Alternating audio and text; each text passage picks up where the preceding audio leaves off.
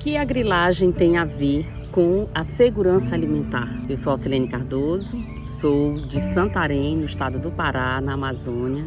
Sou pesquisadora do Instituto de Pesquisa Ambiental da Amazônia. No episódio passado, a gente conversou um pouquinho sobre os caminhos para a gente defender a nossa floresta. E no episódio de hoje, a gente vai dar continuidade nesse bate-papo para a gente entender o que a grilagem, o desmatamento, as mudanças climáticas têm a ver com a produção de alimentos, tanto no Brasil quanto no mundo todo. Tem uma população que só cresce e precisa alimento para essas populações. Mas qual que é o desafio da produção de alimento? É a gente olhar também as condições que esse ambiente precisa para produzir. O avanço das monoculturas em áreas de floresta tem causando um cenário bem preocupante. O Cerrado Amazônico hoje é uma região importantíssima para a produção de alimentos para o mundo. E é uma área extremamente impactada, porque a gente está falando de uma agricultura de sequeiro, que precisa muito do ciclo hídrico funcionando direitinho.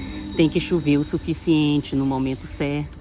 Uma vez que o desmatamento reduz as chuvas em até 7%, levando à seca e ao aumento da temperatura local e regional, a região enfrenta atualmente redução do espaço adequado para o sequeiro, que pode chegar a uma queda de 74% até 2060. E isso gera um risco global para os sistemas alimentares do mundo.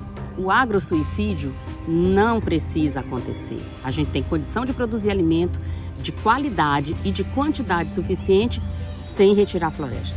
O avanço do agronegócio, especialmente sobre áreas de florestas, historicamente está ligado a processos de grilagem e de desmatamento. Mais da metade dos focos de incêndios ocorridos, na Amazônia, eles são em áreas que foram desmatadas. E a gente tem tido aí nos últimos anos, principalmente, uma pouca eficiência da fiscalização, do comando e controle. A degradação da Amazônia atualmente contribui com 73% das emissões de gases de efeito estufa, devido à mudança de uso da terra e agropecuária. Assim, o Brasil entra no ranking dos maiores contribuintes para a crise climática. Quando a gente fala de produção de alimento, de segurança alimentar, a gente logo se remete aos hábitos alimentares das pessoas. Como que as pessoas se alimentam? No Brasil, a gente tem uma rica biodiversidade, muitos produtos, mas apenas 10 produtos representam 45% desse consumo. A perda da diversidade cultural e da soberania alimentar, além de prejudicar nossa saúde nutricional, ela também prejudica o nosso bem-estar. Mas o que é a segurança alimentar e nutricional? Nada mais é do que um direito previsto na nossa Constituição, inclusive.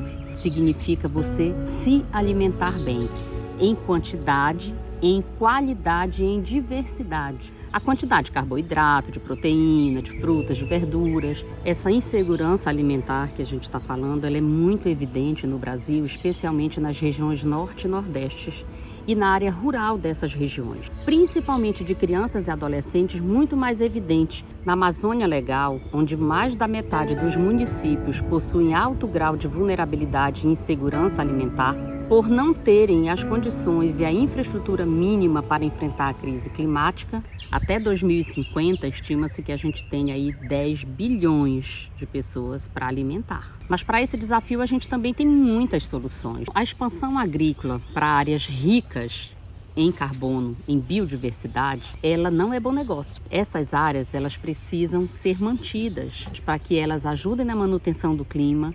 No Brasil, especialmente na Amazônia, uma grande alternativa à monocultura é o fortalecimento da agricultura familiar. O Programa de Reforma Agrária do Brasil, ele é uma das soluções, a gente precisa apostar nele. Para produzir alimentos, o agricultor familiar precisa de assistência técnica rural, tanto para a produção quanto para beneficiamento, para comercialização. Uma outra coisa muito importante é a gente aproveitar a nossa biodiversidade. Ela também é uma fonte de economia, de geração de renda. Então existe aí um grande movimento, do governo com políticas como as políticas de mercados institucionais. Dentro do programa, que é o PNAE, Programa de Alimentação Escolar, que as secretarias compram da agricultura familiar e ofertam na alimentação das escolas. E o PAA, que é o Programa de Aquisição de Alimentos. Mas, antes de tudo, tem um papel fundamental aí, que é o consumo consciente e responsável. A gente pode olhar, esse produto tem um selo que ele veio da agricultura familiar, que ele é um produto orgânico, que aqui não foi usado veneno. Esse produto aqui eu olhei, ele não é de uma área que causa muito desmatamento. Então, venha com a gente. Vamos procurar os nossos selos de qualidade. Visita a nossa página na internet, o Instituto de Pesquisa Ambiental da Amazônia, IPAM. Conheça com a gente os outros episódios do Amazonial. O Amazonial é uma série linda, feita com vocês, para vocês. E aí a gente fica aqui te esperando.